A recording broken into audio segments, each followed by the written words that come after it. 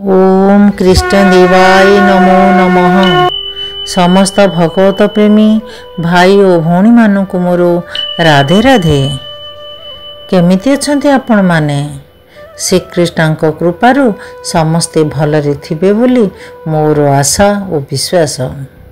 आज आमे श्रीमद् भागवत गीतार द्वितीय अध्यायर श्लोक 56 सुनिबा। जो माने सब्सक्राइब करना सब्सक्राइब कर दियंतु। कमेंट रे निजर मतामत लिखंतु। मतामत लिखिले बहुत खुशी लागिबो मते भागवत गीता पढ़िबा पई आपण मानको सुनेबा पई। एही भागवत गीता सुनिबा पूर्वरु आमे उपक्रमणिका विषय रे किछि कथा सुनिबा। वैदिक ज्ञान शिक्षा कदापि दोषयुक्त व्यक्ति द्वारा दिया जाई पारिबो नाही। प्रथम सृष्ट जीव ब्रह्मांक हृदय रे ए ज्ञान संचार करि दिया जाइथिला एवं तत्परे ब्रह्मा तांकर पुत्र और शिष्य मानकु ए ज्ञान प्रदान कले। से ए ज्ञान भगवान को ठारू जेपरि भावरे प्राप्त होइथिले ठीक सेहीपरि भावरे तांकर शिष्य मानकु प्रदान कले। भगवान हेउछंती पूर्णम एवं भूत प्रकृति द्वारा प्रभावित हेबार संभावना तांकठारे ही नाही। जे बुद्धिमान व्यक्ति से एकथा जानि रखिबा उचित जे समग्र ब्रह्मांड रे थिबा पदार्थर भगवान हेउछंती एकमात्र मालिक बा सत्वाधिकारी एवं से हेउछंती मौलिक स्रष्टा। से मध्य विधाता बा ब्रह्मांकर स्रष्टा अटंती। राधे राधे दोस्तों। एबे आमे श्रीमद् भागवत गीतार द्वितीय अध्यायर श्लोक 56 सुनिबा। श्लोक 56। दुखेष्वनु दग्विघ्न मनः सुखेषु विगत स्पृह वितराग भयक्रोधो स्थितधीर्म निरुच्यते।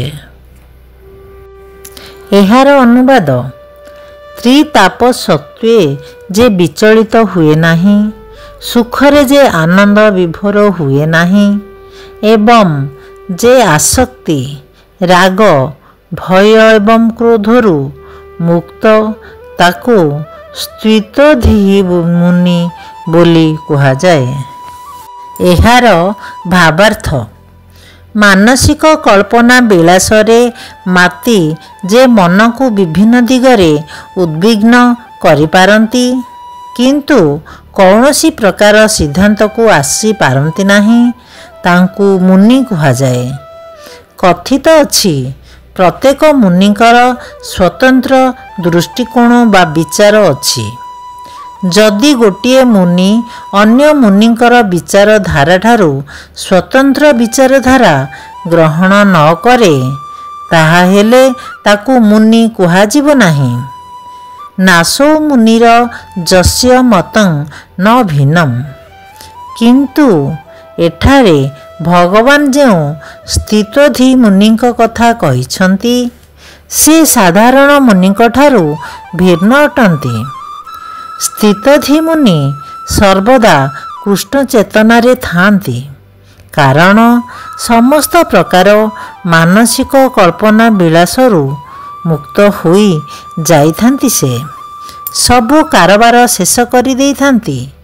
से मानसिक कल्पना विलास स्तर को अतिक्रम करि जाइथांती एवं सिद्धांत को आसी जाइथांती। जे भगवान श्रीकृष्ण बा वासुदेव हेउछंती सबु ताहांको स्थितधि मुनि कहा जाए।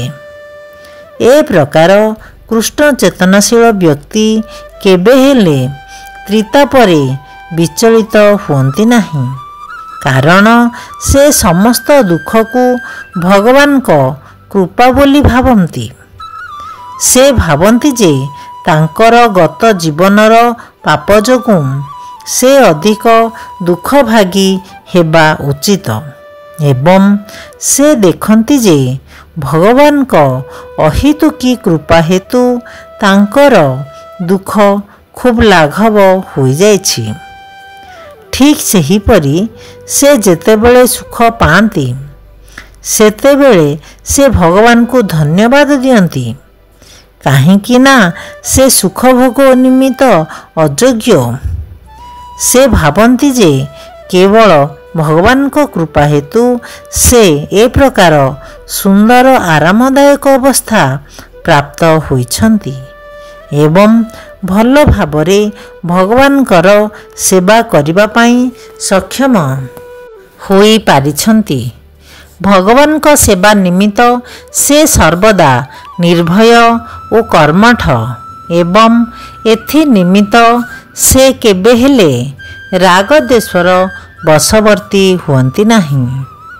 ନିଜର ଇନ୍ଦ୍ରିୟ ସୁଖ ପାଇଁ ବିଷୟବସ୍ତୁକୁ ଗ୍ରହଣ କରିବାକୁ ଆସକ୍ତି କୁହାଯାଏ ଏବଂ ଏ ପ୍ରକାର ଇନ୍ଦ୍ରିୟ ସୁଖ ଭୋଗ କାମନା ବା ଆସକ୍ତିରୁ ଦୂରେଇ ଯିବାକୁ ଅନାସକ୍ତ ଭାବ ବୋଲି କୁହାଯାଏ।